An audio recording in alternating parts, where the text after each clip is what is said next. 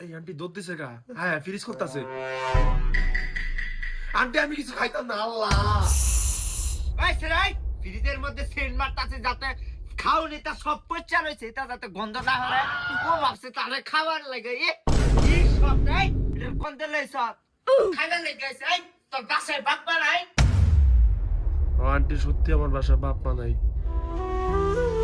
বাবা জানি না যে তোমার আব্বা আম্মা মেরে গেছে। রে বাবা আল্লাহ আমার আব্বা আম্মা মরে না আন্টি। আমার আব্বা আম্মা তো বাইক নাই বাজারও গেছে। আপনি জিজ্ঞাসেন যে আব্বা আম্মা নাই এর লিগে আমি কইছি আব্বা আম্মা নাই, কিন্তু আব্বা আম্মা তো মরে নাই বাজারে চলে গেছে। এই জারর করে জার